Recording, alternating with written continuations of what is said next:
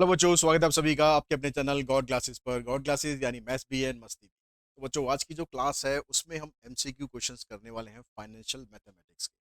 हमारा जो इस सीरीज का मोटो है, आपके 20 क्वेश्चंस, 20 मार्क्स एंड 20 मिनट्स। ठीक है, इस मोटो के साथ हमने एक सीरीज स्टार्ट करी थी और ये सीरीज अब लगभग एंड पर है। इसके बाद एक एलपीपी का वीडियो और आपके पास आएगा। तो मुझे उम्मीद है कि इस सीरीज के थ्रू आप लोगों को काफ़ी हेल्प मिली होगी कि एमसीक्यू क्वेश्चंस को आपको कैसे टैकल करना है मिनिमम टाइम। और साथ ही साथ ये वीडियो आपके सीयूटी के लिए भी बहुत बहुत बेनिफिशियल है, क्योंकि सीयूटी के अंदर तो सारा ही एमसीक्यू क्वेश्चंस आने वाला है।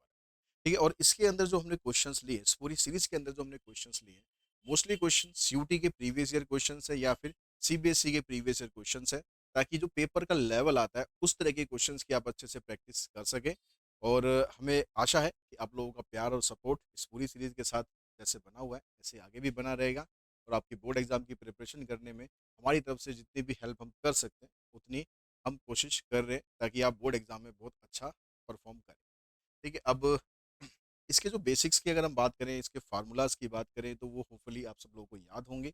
नहीं याद हैं तो ये इसका जो बेसिक कंसेप्ट है या इसका जो वन शॉट है वो आप देख लें, ताकि इसके सारे फार्मूला सारे कंसेप्ट आपको अच्छे से याद रहें। ठीक है, अभी हम यहाँ पर क्वेश्चंस करते हैं। तो जैसे यहाँ पर अब क्वेश्चन है, कह रहा है कि 6% converted quarterly the present value of perpetuity of rupees 4,500 payable at the end of each quarter.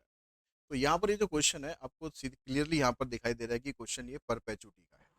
अब परपेचुटी में दो फार्मूले होते हैं, आपको ये ध्यान रखना है कि एट द एंड लगाना है या बिगनिंग लगाना है। तो क्वेश्चन में यहाँ पर लिखा हुआ है एट द एंड, क्वार्टरली लिखा हुआ है, तो आप क्या करेंगे, जो इंटरेस्ट है उसको क्वार्टरली में कन्वर्ट कर लेंगे, 6% की जगह 6/4 कर लेंगे, यानी 3/2%। या आप सीधा इसको 3/200 लिख लें।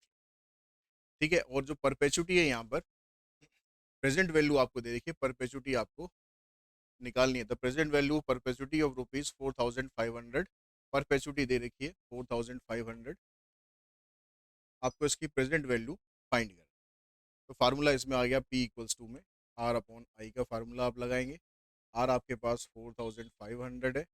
इसको या तो आप ऐसे लिखो 3/200, लेकिन थोड़ा टाइम बचाना है आपको, तो जो आई आता है उसको रेसिप्रोकल करके सीधा यहाँ पर आप लिख लो।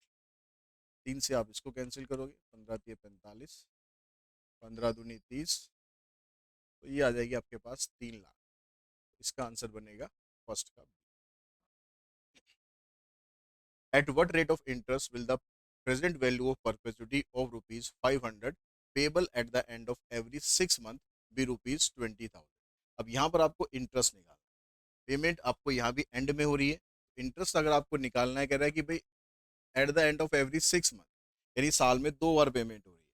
तो अब साल में 2 बार पेमेंट हो रही है, तो एक्स अगर हम पर ईयर हिसाब लेके चल रहे हैं, तो क्वार्टरली के मंथ, सॉरी 6 मंथ के हिसाब से बन जाएगी x/2%। ठीक है, अब यहाँ पर आपको प्रेजेंट वैल्यू दे रखी है 20,000 और आर दे रखा है आपको 500। सीधा इसको रेसिप्रोकल करके हम लिखते हैं। यहाँ पर देखो 200 से ये कट जाएगा, या सीधा 4 जीरो तो 4 जीरो से काट दो, 2 से ये 2 काट दो, एक्स की वैल्यू आ जाएगी आपके पास 5%। सेकंड का जो ऑप्शन है ये बनेगा C. The rate per annum compounded semi annually so that the present value of a perpetuity of rupees 4,000 payable at the beginning, यहाँ पर अब बिगिनिंग वाला केस है, और is 6 month be rupees this. यहाँ भी हर 6 मंथ पर हो रही है, तो वही आपके जो इंटरेस्ट होगा उसको x/2 ले लेंगे। ठीक है, फार्मूला यहाँ पर जो आएगा आपके पास P = में R+R/I आएगा, क्योंकि पेमेंट यहाँ पर बिगिनिंग में हो रही है। तो प्रेजेंट वैल्यू आपको दे रखी है 54,000, और जो परपेचुटी है वो 4,000 है, +4,000, और यहाँ पर आ जाएगा सीधा 200/x। ठीक है, इसको यहाँ लाके माइनस करोगे 50,000 हो जाएगा।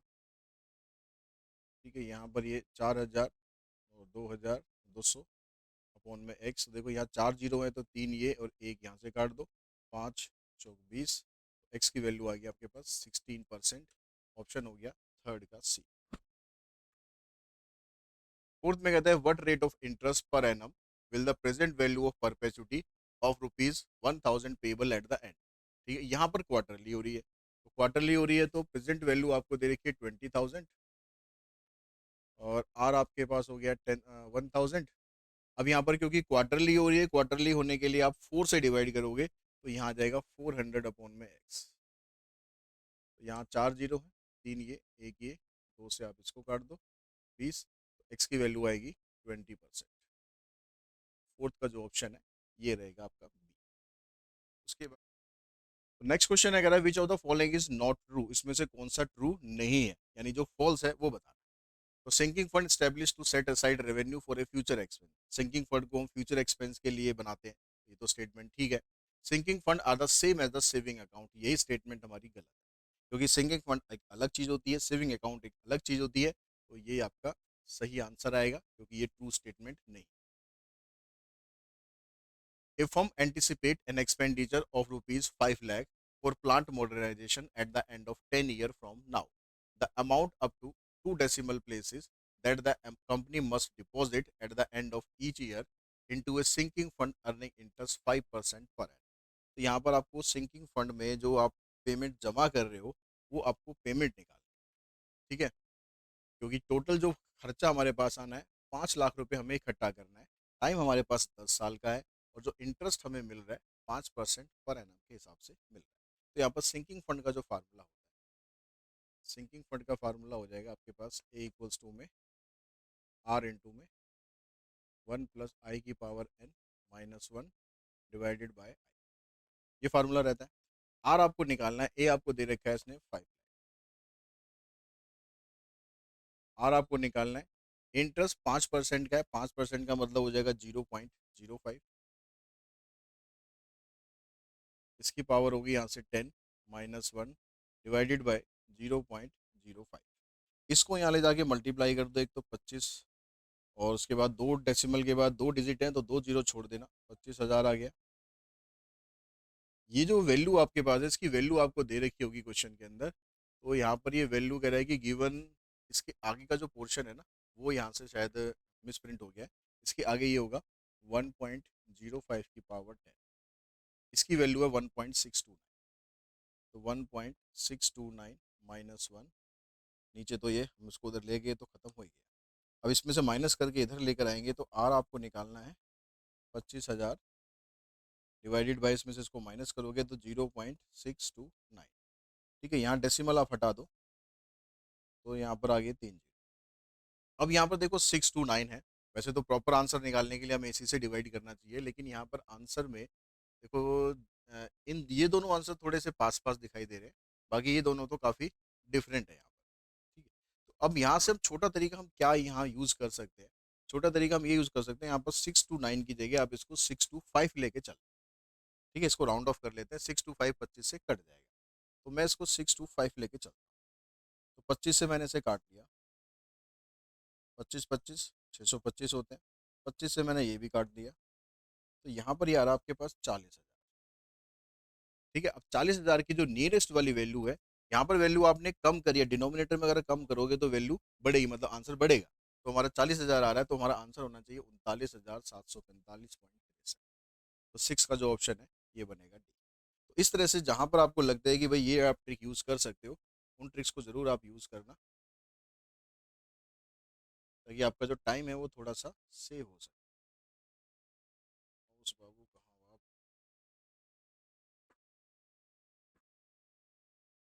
नेक्स्ट पेज चलो, कहते हैं कि company establish a sinking fund to provide for payment of rupees 2,50,000, ये इतनी पेमेंट हमें करनी है, मेच्योरिंग इन 4 ईयर, टाइम हो गया।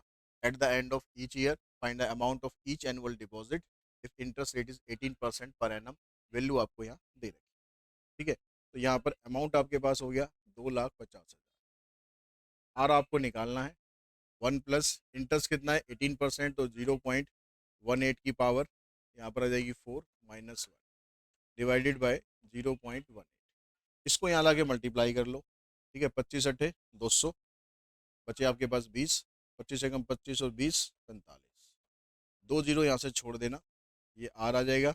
इसकी जो वैल्यू है 1.18 की वैल्यू है 2 में से 1 माइनस करोगे तो 1 आ जाएगा, इससे 1 से डिवाइड करोगे, 45,000 आपका आंसर आ जाएगा। एट का जो ऑप्शन है वो बनेगा आपका, सॉरी 7। एट्थ में आपको यहाँ पर ये पूरी कैलकुलेशन ही दे रखी है, ठीक है, ये पूरी कैलकुलेशन दे रखी है। Mr. Dilip Roy has set up a sinking fund so that he can accumulate rupees 10,000 in 10 years for his children higher education. How much amount should Dilip Roy deposit at the beginning? लेकिन यहाँ पर formula beginning वाला लगाना है, ये चीज ध्यान रखना. Of each year to accumulate this amount at the end of 10 year if the interest rate is 12% compounded annually. तो बिगिनिंग वाले में जो फार्मूला रहता है तो वो आता है a is equals to R 1 + i⁻n - 1 divided by I into 1 + i⁻1 + i. ठीक है, ये आपको यहाँ पर इंटू में होता है. तो यहाँ पर ए आपके पास कितना है 10 लाख.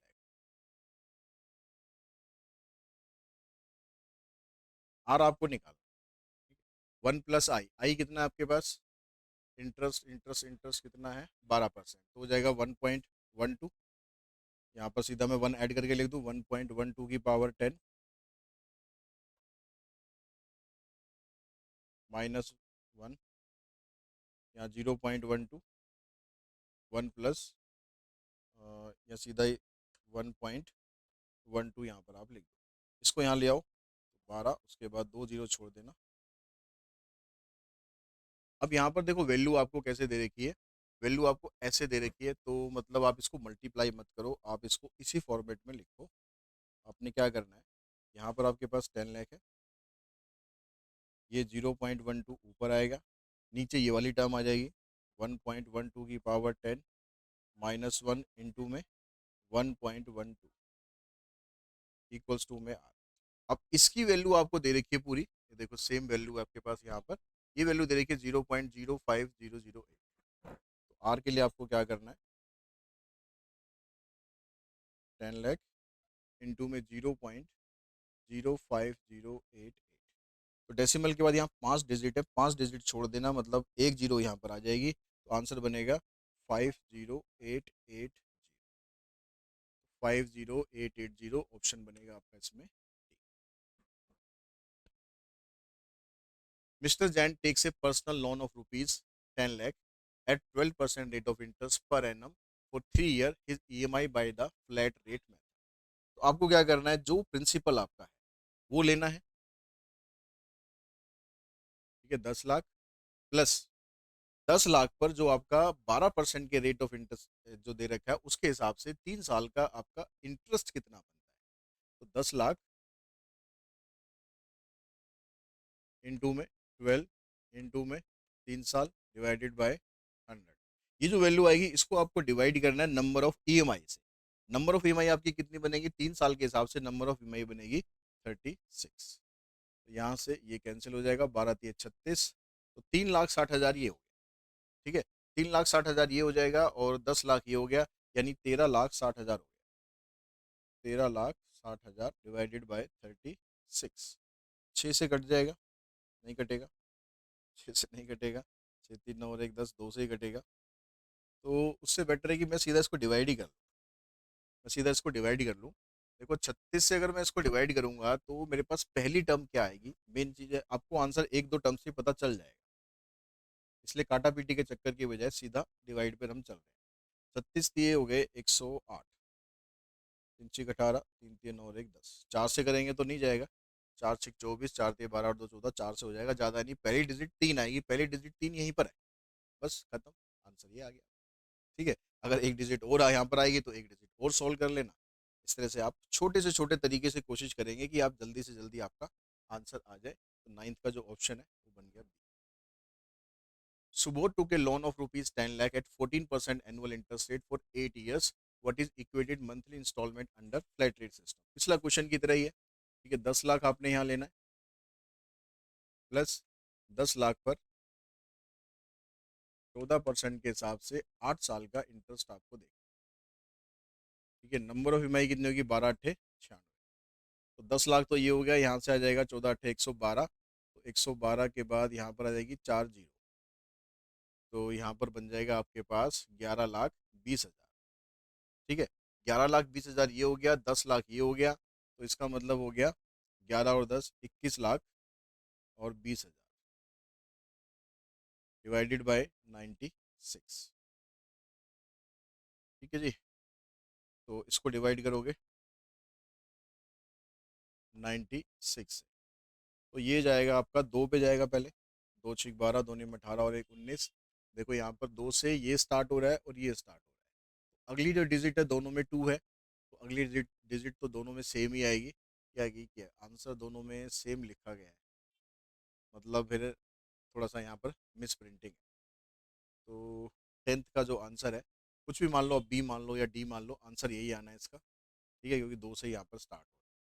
नेक्स्ट देखो, कहता है प्रिया टू के loan of rupees 2,50,000 from A bank at the rate of 10% per annum for 5 year और EMI using flat rate method. तो 2,50,000 तो ये हो गया प्रिंसिपल, प्लस 2,50,000 में इंटरेस्ट निकालोगे 10% के हिसाब से, 5 साल का इंटरेस्ट बन रहा है। तो जीरो आप यहाँ से कैंसिल करो, 25 पंजे 125, यानी 1,25,000 ही हो गया।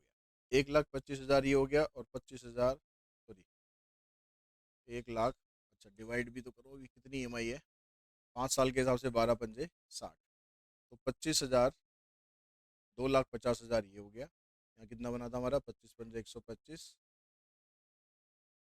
1,25,000। तो 2 लाख और 1 लाख, 3 लाख हो गया। 50,000 25,000 75,000 हो गया, यानी 3,75,000 को डिवाइड करना है आपको 60 से। 3,75,000 को डिवाइड करना है 60 से, एक जीरो तो काट दो, 6 से करोगे 6 6 36, 6 से स्टार्ट होगा आंसर हमारा, तो आ जाएगा 625। 11th का ऑप्शन बनेगा। 12th में भी यहाँ पर आपको पूरी कैलकुलेशन की वैल्यू दे रखी है। तो अगर mister Dev wishes to purchase an AC for ₹45,000 with down payment of ₹5,000 and balance in EMI for 5 year. If bank charges 6% for enough compounded monthly, then monthly EMI। तो यहाँ पर ये EMI का रिड्यूसिंग बैलेंस मेथड का question आ गया। तो यहाँ पर AC की जो कॉस्ट है वो है 45,000, लेकिन उसने क्या करा, 5,000 रुपये डाउन पेमेंट दे दिए।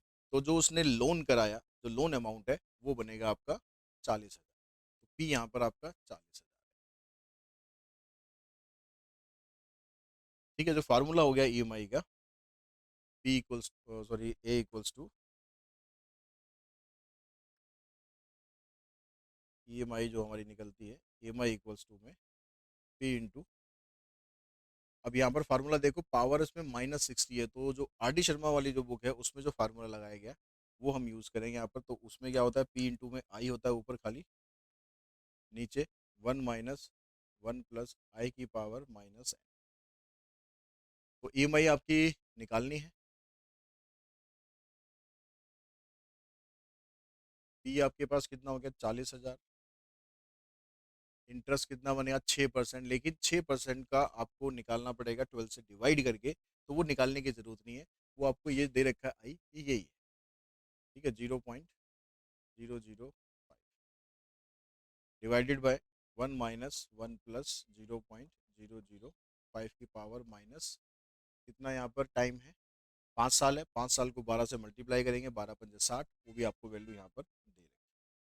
तो ये वाला जो पोर्शन है इसकी वैल्यू आपको दे रखी है 0.40,000, 0.0194। तो डेसिमल के बाद 4 डिजिट हैं, चारों जीरो खत्म, और 4 से आपको मल्टीप्लाई कर देना है। 4 चौक 16, 4 निम 36 और 1 37, 4 और 3 7, 776। ऑप्शन बन गया 12th का। Abhijeet purchase a motorcycle for ₹1,75,000 with ₹50,000 down payment. तो 1,75,000 में से 50,000 माइनस कर दो, जो पी आपका आएगा यहाँ पर 1,25,000 आएगा। ठीक है, और पेमेंट जो हो रही है 4 साल में हो रही है, तो 12 चौक 48 हो जाएगा। इफ बैंक चार्जेस 9% पर annum compounded monthly, then the EMI calculated using reducing balance method. तो वही पिछला वाला क्वेश्चन है, फार्मूला लगाओ। अब यहाँ पर जो पावर है, पावर यहाँ पर प्लस में है, तो यहाँ फार्मूला लगेगा जो EMI का, जो आपको ML अग्रवाल वाली बुक में क्वेश्चन दिए हुए हैं। उसमें फार्मूले में क्या होता है, पी इंटू में आई इंटू में 1 प्लस आई की power n divided by 1 plus i की पावर n-1। ठीक है, ये फार्मूला लगेगा। तो पी की जगह आपको रखना है 1,25,000। आई हमारे पास आ जाएगा ये 0.0075,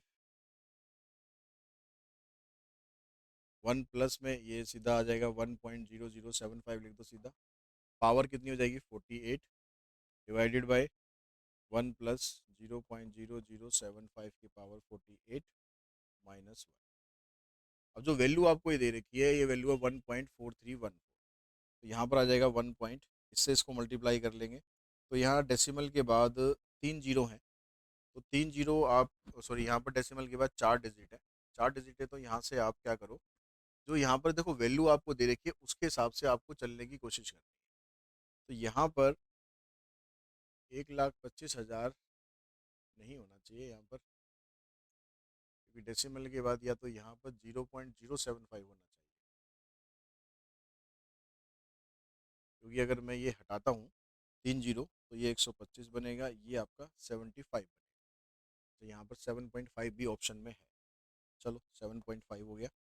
इन टू में इसकी जो वैल्यू है आपके पास आ जाएगी 1.4314, और यहाँ पर एक 1 माइनस करने के बाद 0.4314।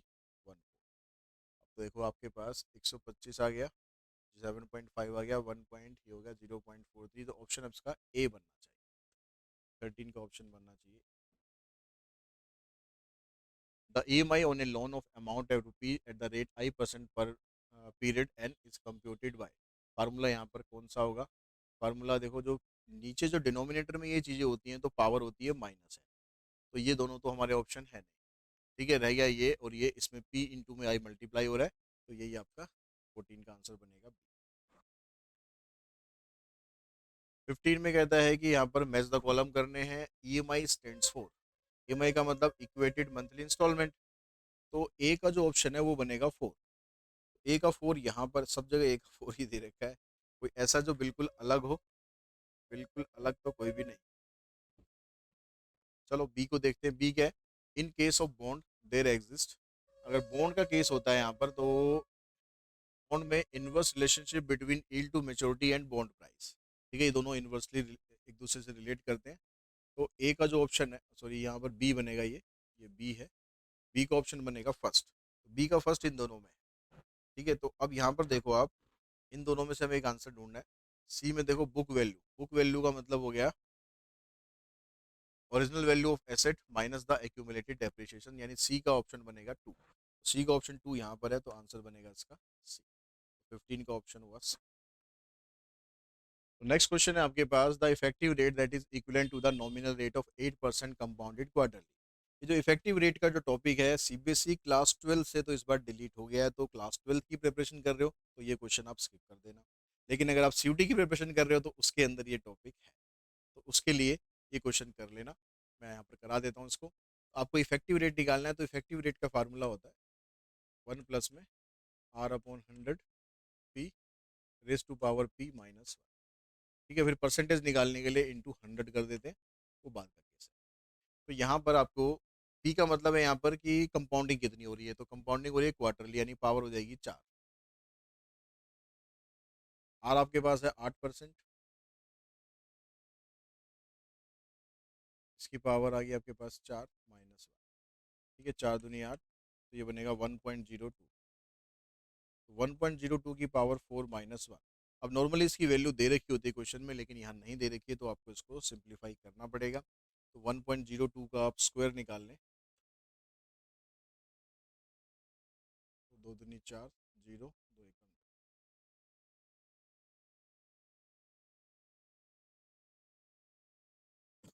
इसका स्क्वायर कर लो,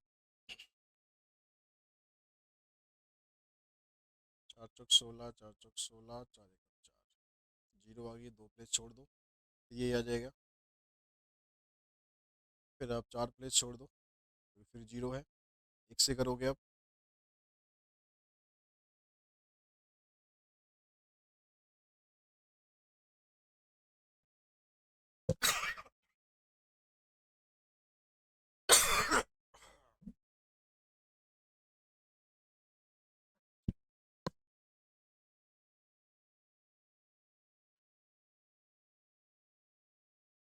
छः चार 10, 4 14, एक और एक 2, 4 4 8, 0, ये आ गया। अब इसको जब परसेंटेज में आप निकालोगे तो 100 से इंटू करोगे। अच्छा, ये यहाँ पर -1 भी करना है। -1 का मतलब है कि ये वाला 1 जो है इसको आप उड़ा दो। ठीक है, क्योंकि ये 1 पॉइंट ये बनेगा सारा। तो ये बना 0.82, पॉइंट यहाँ पर आएगा। परसेंटेज निकालेंगे तो ये जो डेसिमल है 2 प्लेस यहाँ शिफ्ट कर दोगे तो 8.24, 8.24 आपका यहाँ पर आ रहा है। तो 16 का आंसर बनेगा ए।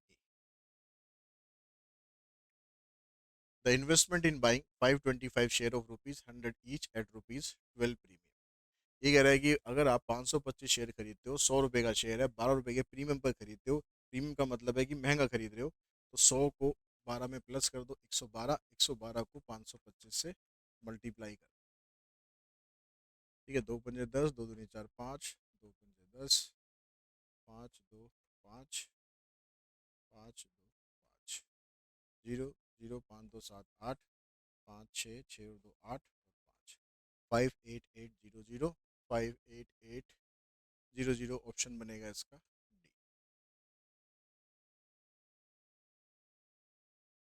नेक्स्ट क्वेश्चन देखो, कह रहा है mister Dayashankar took loan of rupees 20,000 for 6 month. 20,000 का लोन लिया, 6 महीने के लिए लिया। Lender deduct rupees 2,000 as interest while lending. तो लेंडर ने क्या करा, 2,000 रुपये एज ए इंटरेस्ट उसने काट। तो then the effective rate of interest charge by the lender. इस तरह के क्वेश्चन में आपको क्या करना है, जो आपका इंटरेस्ट बन रहा है, इंटरेस्ट बन रहा है आपका कितना, 2,000 रुपये इंटरेस्ट काटे, कितने पर, जो 20,000 रुपये आपको दिए थे, 20,000 में से 2,000 रुपये इंटरेस्ट काट ले, यानी जो इंटरेस्ट अब काउंट रहेगा ना आपका, वो 18,000 के हिसाब से आपको लेना। तो ये बनेगा आपका 1/9। अब इसको परसेंटेज में अगर मैं करूंगा तो 100 से मल्टीप्लाई कर दूंगा, तो ये सारा काम करने की जरूरत नहीं है, और ये 6 महीने का है। तो जो फार्मूला हम लिखते हैं ना इफेक्टिव रेट ऑफ इंटरेस्ट का, ये 1 + में R/100 P, इसकी पावर P-1। तो यहाँ पर ये वाला जो पोर्शन है, इस ये पूरे की ही वैल्यू है। ठीक है, क्योंकि अगर ये परसेंटेज में नहीं है, अगर ये परसेंटेज में होता तो यहाँ पर 100 हम लिखते हैं। ये हाफ ईयरली के लिए, तो ये भी हाफ ईयरली करने के लिए हम करते हैं, तो ये ऑलरेडी सारा काम हो रखा है। ठीक है, आपको यहाँ पर बस सीधा ये वैल्यू डाल देनी है, और यहाँ पर बाय मंथली हो रहा है, ओ सॉरी 6 महीने के लिए हो रहा है, तो यहाँ पर पावर 2 हो जाएगी, 9 + 1 10 हो गया। तो 100/81 की पावर 2 -1। तो 100/81 की वैल्यू दे रखी है 1.23, -1 तो आ जाएगा 0.23, और उसको परसेंटेज में करेंगे तो आ जाएगा 23%। और जब आपको इफेक्टिव रेट ऑफ इंटरेस्ट वाले क्वेश्चन में आपको अगर यहाँ पर ये वैल्यू दे रखी है, तो डायरेक्ट तरीका क्या है, आप सीधा इसमें से 1 माइनस कर देना, क्योंकि यहाँ पर 1 माइनस होता है। तो जो भी वैल्यू आपको दे रखी है माइनस करोगे 0.23, इसको परसेंटेज में कर दोगे तो 23%। ये सारी कहानी करने की एमसीक्यू क्वेश्चंस में आपको ज़रूरत नहीं पड़ेगी। विच of the following statement is true. EMI in flat rate method. EMI में क्या होता है भाई, प्रिंसिपल हम लिखते हैं, प्लस में इंटरेस्ट कर देते हैं, नीचे नंबर ऑफ मंथ्स होता है, यहाँ पर ईयर लिखा हुआ है, तो ये तो गलत है। EMI in reducing balance method, तो ईएमआई का फार्मूला P/I 1 प्लस, यहाँ पर प्लस नहीं होता, बीच में माइनस होता है, पावर भी माइनस में होती है, तो ये भी गलत है। ये दोनों तो गलत है। रह गया COD, COD का ऑप्शन डी बन रहा है, तो ये ठीक होना चाहिए। सिंकिंग फंड में कह रहा है कि fix amount at regular interval deposit, ठीक बात है। अप्रोक्सीमेट ईल टू मेच्योरिटी आएगा, यहाँ पर मेच्योरिटी लिख दिया। C+ में future value plus present value divided by number of payment, नीचे future value plus present value divided by 2। तो इसमें भी फार्मूले में थोड़ा सा गड़बड़ है एक, यहाँ पर माइनस होगा। ऑप्शन मेरे ख्याल फिर यही बनना चाहिए, क्योंकि अकेला सी तो कोई ऑप्शन है नहीं, तो फिर यही ऑप्शन मतलब होगा, यहाँ पर मिस प्रिंट होगा। ठीक है, इसको ठीक करेंगे मिस प्रिंटिंग को। क्वेश्चन नंबर है ये 19।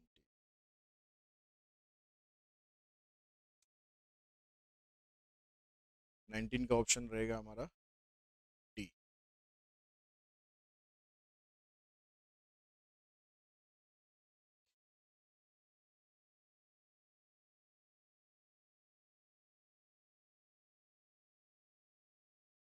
The effective rate that is equivalent to the nominal rate of 6% compounded semi annually. यहाँ पर सेमी एनुअली है, तो ये आ जाएगा आपके पास फार्मूला 1 + में R/100। सेमी एनुअली है तो यहाँ 2 आएगा, रेज़ टू पावर 2 -1, 2 से ही कैंसिल, तो यह आ जाएगा 1.03 का स्क्वायर -1। 1.03 का स्क्वायर कर लो, 9 0 3 3 0 1, और 0,601 एक माइनस कर देना यहाँ पर, तो ये बनेगा 0.0609। इसको परसेंटेज में करेंगे तो 6.09। 6.09 20 का जो ऑप्शन रहेगा ये आएगा सी। 21st में कहता है कि mister Kumar purchased a 4 BHK flat for ₹2.5 crore and rented it out. उन्होंने एक फ्लैट खरीदा और उसको रेंट पर दे दिया। This is an example of perpetual. उन्होंने खरीद लिया, खरीदने के बाद उन्होंने रेंट पर दे दिया, उनको रेंट मिल रहा है कंटिन्यूसली जब तक प्रॉपर्टी उनके पास है, तो ये केस बनेगा आपका perpetual. Morpheus invested rupees this in a cryptocurrency for 6 years, and the value of his investment at the end of each year are given below. The CAGR of this investment. CAGR का जो formula रहता है ये होता है future value divided by present value raise to power 1/n-1। तो future value उसकी कितनी हो गई, उसने अमाउंट स्टार्ट किया था 10,000 से और अब बढ़कर हो गया उसका 14,000। तो यहाँ पर 14,000, 10,000, पावर कितनी, टाइम हो गया 6 साल, -1। तो यहाँ से इसको आप सॉल्व करोगे तो ये 1.4 की पावर 6 आएगा, 1/6। इसकी वैल्यू आपको दे रखी है 1.058 -1। इसमें से इसको माइनस करोगे तो 0.058, इसको परसेंटेज में करेंगे तो 5.8% आ जाएगा। तो आपका आंसर बनेगा ये। तो जैसे इफेक्टिव रेट वाले क्वेश्चन में अगर आपको यहाँ पर वैल्यू दे रखी होती है, सेम काम CAGR में भी आप डायरेक्टली कर सकते हो। CAGR में अगर आपको यहाँ वैल्यू दे रखी है तो ये सारी कहानी करने की कोई भी ज़रूरत नहीं है। आपको क्या करना है, सीधा इसमें से 1 माइनस करना है। 1 माइनस करोगे यहाँ पर आ जाओगे, इसको परसेंटेज में कन्वर्ट कर दोगे तो 5.8% आपका आंसर आ जाएगा। A vehicle has a scrap value of rupees 7,50,000 after 6 years of its purchase. If the annual depreciation charge is rupees 55,000, then the original cost of the vehicle. तो डेप्रिशिएशन का जो formula रहता है ये होता है D=, में C-S/(n). तो ये कह रहा है कि जो डेप्रिशिएशन है वो कितना हो रहा है, 55,000 रुपये का हो रहा है। ओरिजिनल कॉस्ट आपको निकालनी है। स्क्रैप वैल्यू है 7,50,000। कितना टाइम लग रहा है, टाइम लग रहा है इसको 6 ईयर का। इसको मल्टीप्लाई करो, 6×5 = 30, 30 और 3 = 33। ये इधर आके प्लस कर देना, 7,50,000, ये आ जाएगा सी। तो ये 3,30,000 है, ये 7 हो गया तो 7 और 3 10,80,000, 10,80,000, 23 का ऑप्शन रहेगा सी। A machine costing rupees 36,000 has a useful life for 15 years. If the annual depreciation is rupees this, then the यहाँ पर आएगा स्क्रैप वैल्यू। ठीक है, स्क्वायर वैल्यू नहीं, स्क्रैप वैल्यू यूजिंग लीनियर। तो सेम फार्मूला पिछले वाला ही। आपको डेप्रिसिएशन दे रखा है 2,000 का, ओरिजिनल कॉस्ट दे रखी है 36,000 की, उसमें से आपको स्क्रैप वैल्यू निकालनी है। टाइम दे रखा है आपको 15 साल। तो 15 दूनी 30, 36,000 माइनस एस को इधर लाओगे, इसको यहाँ लाओगे तो एस आ जाएगा आपका 6,000। 24 का option C. Rohan purchased a machine costing rupees 48,000 and spent rupees 2,000 on its installation at his factory. भाई उसने मशीन खरीदी 48,000 की, लेकिन उसने इंस्टॉलेशन पर 2,000 रुपये और लगाए, तो टोटल कॉस्ट मशीन की काउंट करेंगे 50,000। The estimated effective life span of the machine is 10 year with the scrap value is this. The annual depreciation, यहाँ पर डेप्रिसिएशन निकालना है। तो ओरिजिनल कॉस्ट हम काउंट करेंगे 50,000।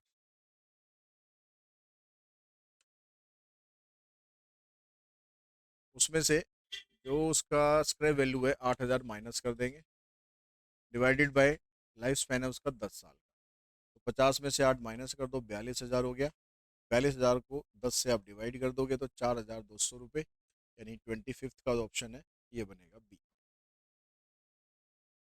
26 में कहता है कि 3D printer whose cost is rupees this will depreciate to a scrap value of rupees 50,000 in 4 year. The annual depreciation amount to rupees this. Check करते हैं इनमें से कौन कौन सी स्टेटमेंट ठीक है। पहले तो डेप्रिशिएशन निकालो, कितना, 8,50,000 में से स्क्रैप वैल्यू उसकी माइनस कर दो 50,000, कितना बचेगा 8,00,000। 8,00,000 को डिवाइड कर दो आप 4 से, तो ये आ जाएगा आपके पास 2 लाख। तो 2 लाख उसका डेप्रिसिएशन है, तो पहली स्टेटमेंट आपकी ठीक है। तो ए यहाँ पर, इसको छोड़कर बाकी सबके अंदर है। तो आप अब चेक कर लो, मेरे ख्याल सी को चेक करो, क्योंकि सी से आपको आंसर क्लियर पता चल जाएगा कि आपका ऑप्शन ए होगा या नहीं होगा। सी में क्या करा है, डेप्रिसिएशन रेट। डेप्रिसिएशन रेट का जो फार्मूला होता है, उसमें हम क्या करते हैं, डेप्रिसिएशन रेट, तो ऊपर उसमें डेप्रिसिएशन होता है, नीचे सी माइनस एस इंटू में 100 होता है। तो डेप्रिसिएशन आपने निकाला 2 लाख, इनका जो डिफरेंस था दोनों का वो 8 लाख है, इंटू में 100। तो यहाँ से कट के 4 आएगा, 4 से इसको डिवाइड करोगे 25% आएगा। सी स्टेटमेंट भी ठीक है, यानी ऑप्शन आपका बनेगा 26 का ए।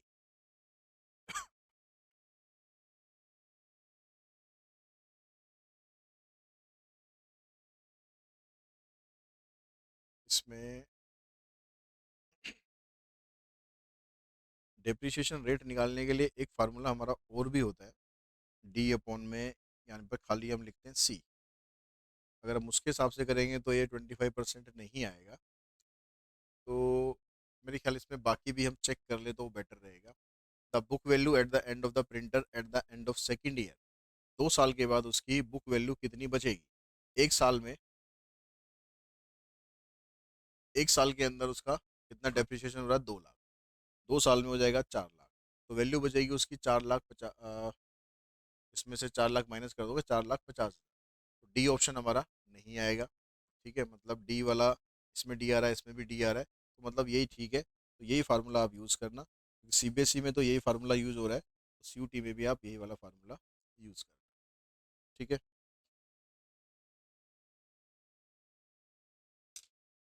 उसके बाद नेक्स्ट क्वेश्चन पे चलते हैं।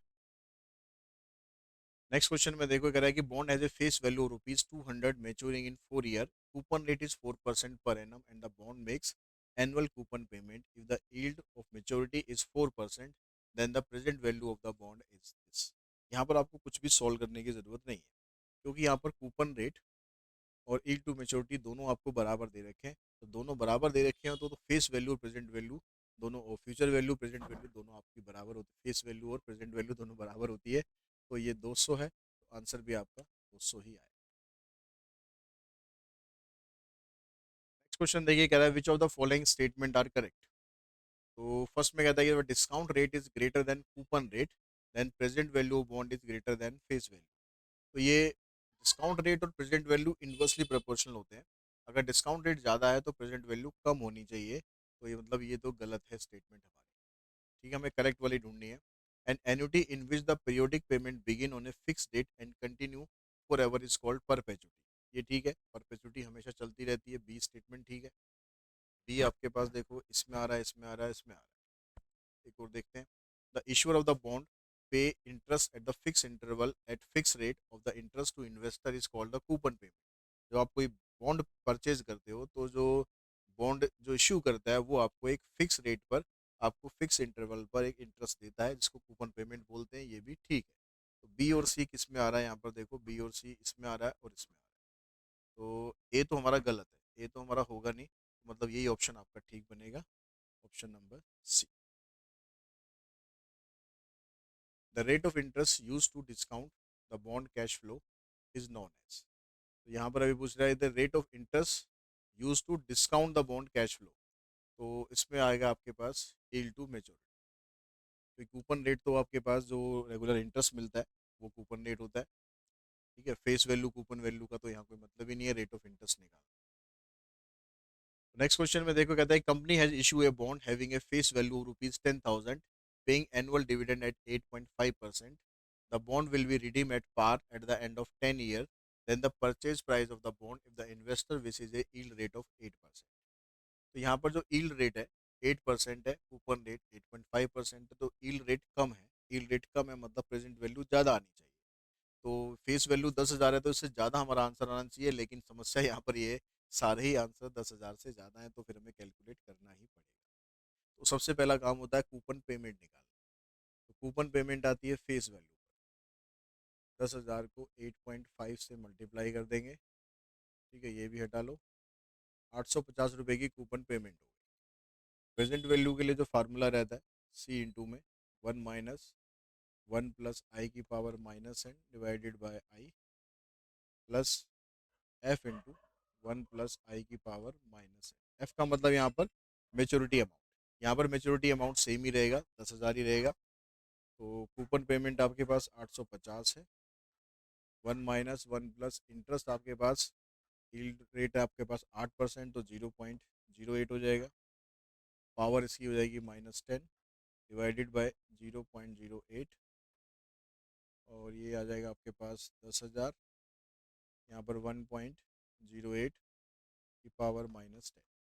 इसकी वैल्यू आपको दे रखी है 0.46194631, यहाँ पर 8 डिजिट में वैल्यू दे रखी है। तो इतनी बड़ी वैल्यू नहीं होगी। ये स्टार्टिंग के जो क्वेश्चन थे ना, जब अप्लाइड मैथमेटिक्स स्टार्ट हुआ था तब इस तरह की वैल्यू ये देते थे। तो यहाँ से डेसिमल हटाएंगे, 2 जीरो इधर कर दो। यहाँ पर 1 में से इस वाली वैल्यू को माइनस करेंगे तो ये आ जाएगा आपके पास 10 में से 9 गए, 1, 9 में से 4, 9 में से 3, 9 में से 9, 9 में से 1, 9 में से 3, और 9 में से 6, 9 में से 4, ये आएगा। नीचे 8 हो गया। यहाँ पर 10,000 से इसको मल्टीप्लाई कर देंगे इस वाली वैल्यू को, तो डेसिमल 4 प्लेस वहाँ शिफ्ट कर देना, 4631.9349। ठीक है, यहाँ से आप 8 से इसको काट सकते हैं क्या? 8 से इसको काटें अगर हम, 8 एकम 8, ठीक है, जीरो आएगा।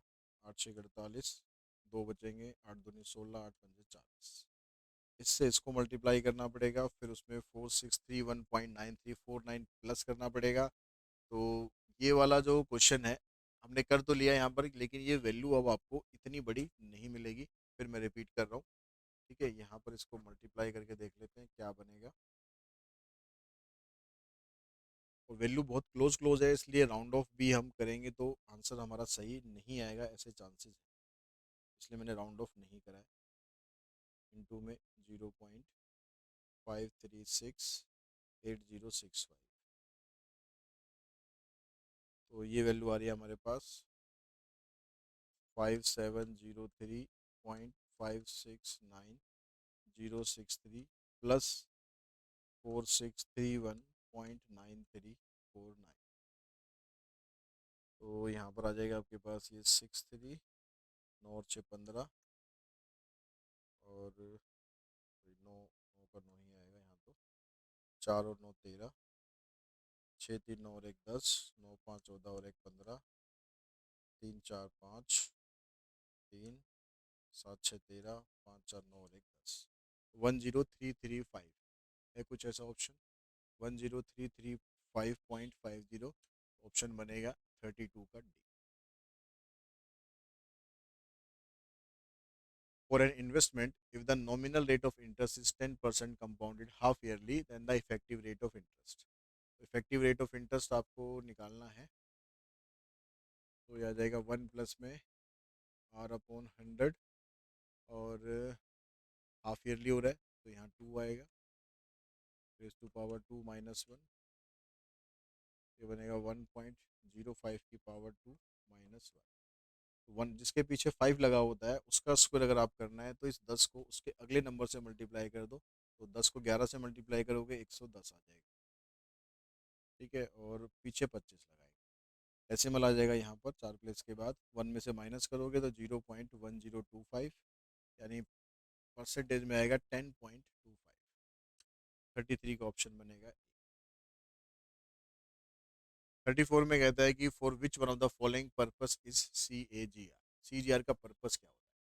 To calculate and communicate the average growth नहीं पता लगती इससे, to understand and analysis the donation received by a non government organization, to demonstrate and compare the performance of investment adviser, to compare the historical returns of the stock with a saving account.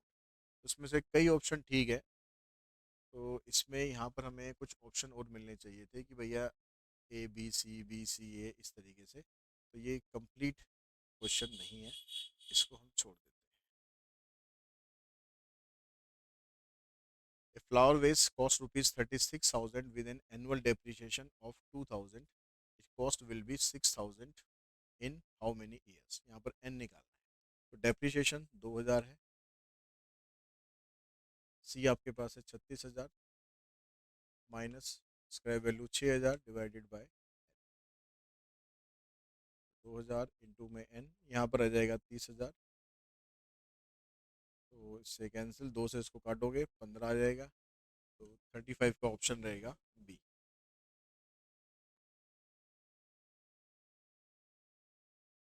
Sheila create a fund of rupees 1 lakh for providing scholarship to needy children. The scholarship is provided in the beginning of the year. This fund earn an interest of the R% per annum if the scholarship amount is taken as rupees 8,000, then R is। तो यहाँ पर ये question बन गया आपका perpetuity का, क्योंकि आप स्कॉलरशिप दे रहे हो, कंटिन्यू आप देते रहोगे, तो आपके पास प्रेजेंट वैल्यू इतनी है 1 लाख। आर आपको दे रखा है 8,000। यहाँ पर ये बिगनिंग वाला फार्मूला लगा रहे हैं, तो R plus R upon I. I कितना है आपके पास, मतलब पेमेंट कैसे हो रही है, पर एनम के हिसाब से हो रही है, तो सीधा x% हो गया, यानी 100/x ले लो। 8,000 को यहाँ माइनस करो, तो ये हो जाएगा 92,000 equals to 8,000 into 100/x। 3 zero से कैंसिल कर दो, और 4 दूनी 8, 4 तिया 12, 4 दूनी 8। एक्स की वैल्यू निकालोगे तो आ जाएगी 200/23। अपॉन में 23 एक यहीं पर ही है, तो यही आपका ऑप्शन बनेगा 36 का B. Multinational company create a sinking fund by setting a sum of rupees 12,000 annually for 10 years to pay off a bond issue of rupees 72,000. If the fund accumulated 5% per annum compound interest, then the surplus after paying for bond। यानी bond देने के बाद भी हमारा कितना पैसा हमारे पास बच गया, तो हमें देना कितना है। सिंकिंग फंड उसने बनाया sum of rupees 12,000 annually for 10 years, ठीक है। तो हमारे पास कितना पैसा इकट्ठा हुआ, ये हमें निकालना है। तो ए हमें निकालना है। आर हमें दे रखा है 12,000। 1 प्लस में रेट ऑफ इंटरेस्ट है 5%, तो 0.05। टाइम कितना है 10 साल, और -1 डिवाइडेड बाय आई। तो 12,000 ये हो गया, इसका डेसिमल आप हटा देंगे तो 100 यहाँ पर आ जाएगा। इसकी वैल्यू आपको दे रखी है 1.6 -1, 0.6 आएगा। सीधा यहाँ पर हटा के 0.6 से लिख लेते हैं। इसका भी डेसिमल आप हटा दें, तो यहाँ पर तो ये कैंसिल हो जाएगा। 5 से इसको कैंसिल कर दोगे, 2 पे 6 दूनी 12, 12 12 144। इतना पैसा हमारे पास इकट्ठा हो गया। इसमें से 72,000 रुपये का हमें कर्जा देना है, तो बाकी बचेगा 72,000 रुपये। तो ऑप्शन बन गया 37 का सी। Using flat rate method, the EMI to repay loan of rupees 20,000 in 2.5 year at an interest rate of 8%। Loan है हमारे पास 20,000 का, प्लस 20,000 के अंदर इसका इंटरेस्ट ऐड करेंगे। इंटरेस्ट 2.5 साल का, 2.5 साल को ऐसे लिख लेंगे, और रेट ऑफ इंटरेस्ट है 8%। ठीक है, ये कैंसिल कर दो, ये कैंसिल कर दो। 5 × 8 = 40, 4,000 ये हो गया, 20,000 ये 24,000 हो गया। और नंबर ऑफ EMI कितनी हो जाएंगी, 2.5 साल का मतलब है 2 साल के अंदर 24 होगी, 6 और जोड़ दो उसमें 30 EMI होगी। तो 20,000 ये, और 4,000 ये, 24,000 डिवाइडेड बाय 30, 3 × 8 = 24, 800 रुपये। 800 रुपये की EMI आ गई। 38 का ऑप्शन रहा बी। 39th में देखो, कहता है ये mobile phone cost rupees 12,000 and scrap value after a useful life of 3 year is rupees 3,000। Then the book value of the mobile phone at the end of 2 year. 2 साल के बाद उसकी बुक वैल्यू कितनी होगी, तो उसके लिए पहले हमें डेप्रिसिएशन निकालना पड़ेगा। तो डेप्रिसिएशन है हमारे पास 12,000 रुपये की कॉस्ट है, उसमें से स्क्रैप वैल्यू 3,000 की है। टाइम लगा इसमें 3 साल। 12 में से 3 माइनस करोगे 9, 9 को 3 से डिवाइड करोगे 3,000। 1 साल में 3,000 रुपये कम हो रहे हैं, तो 2 साल में 6,000 कम हो जाएंगे। तो 12,000 में से 6,000 माइनस करोगे तो बचेंगे आपके पास 6,000। What sum of money should be deposited at the end of every 6 months to accumulate rupees this in 8 years if the money is worth 6% per annum compounded semi-annually? तो यहाँ पर ये क्वेश्चन बन गया आपका सिंकिंग फंड। तो आपको कितना पैसा यहाँ पर जमा करना है ये निकालना है। टोटल आपको 50,000 रुपये इकट्ठा करना है। आर आपको निकालना है 1 प्लस में। आर इसमें बनेगा 6% है, वैसे तो कंपाउंडेड सेमी एनुअली है तो वो 3% ही रह जाएगा, यानी 0.03। इसकी पावर आएगी आपके पास, टाइम कितना है 8, 8 का डबल कर दोगे 16 -1 डिवाइडेड बाय 0.03। 3 को यहाँ मल्टीप्लाई कर दो, 3 पंजे 15। इसकी वैल्यू आपको दे रखी है 1.6047, तो 1 को इसमें से माइनस करोगे तो रहेगा 0.6047। आर आपको निकालना है 1500, 0.6047। इसका डेसिमल आप हटाओगे तो यहाँ पर देखो, अगर मैं इसको इसको मैं अगर 6,000 कर लूँ, ठीक है 6,000 मैं इसको कर लूँ तो 15 चौके 60, 4 से कट गया, 4 से इसको काटेंगे 25, 2500, 2500 के आसपास वैल्यू आपकी बन रही है 2,480.57। 40 का जो ऑप्शन है ये रहेगा सी। अगर यहाँ पर जो ज़्यादा वैल्यूज़ हैं, जैसे यहाँ पर 2480 है या 2700 है या 3400 है या 2100, तो डिफरेंस ज़्यादा है।